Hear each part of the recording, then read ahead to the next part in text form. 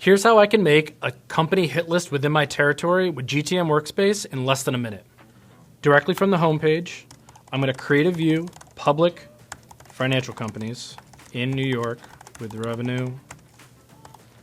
GTM Workspace is then going to take all the proprietary contact and company data from ZoomInfo, and it's going to produce a workable spreadsheet that I can then dig further into and find more information and contact information to be able to reach out to the best contacts at that company.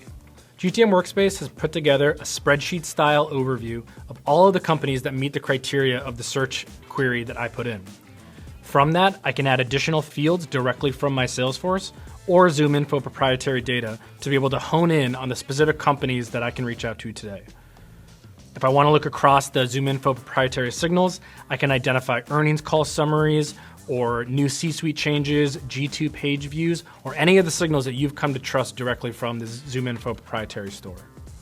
Digging deeper, I can look at the competitive risk signals, I can see C-suite changes, and I can see any other data that is important to know to reach out today. GTM Workspace has provided for me an end-to-end solution for identifying and prospecting the highest level of account lists within my territory, all the way through to the action steps and the next follow-up to reach out to that company.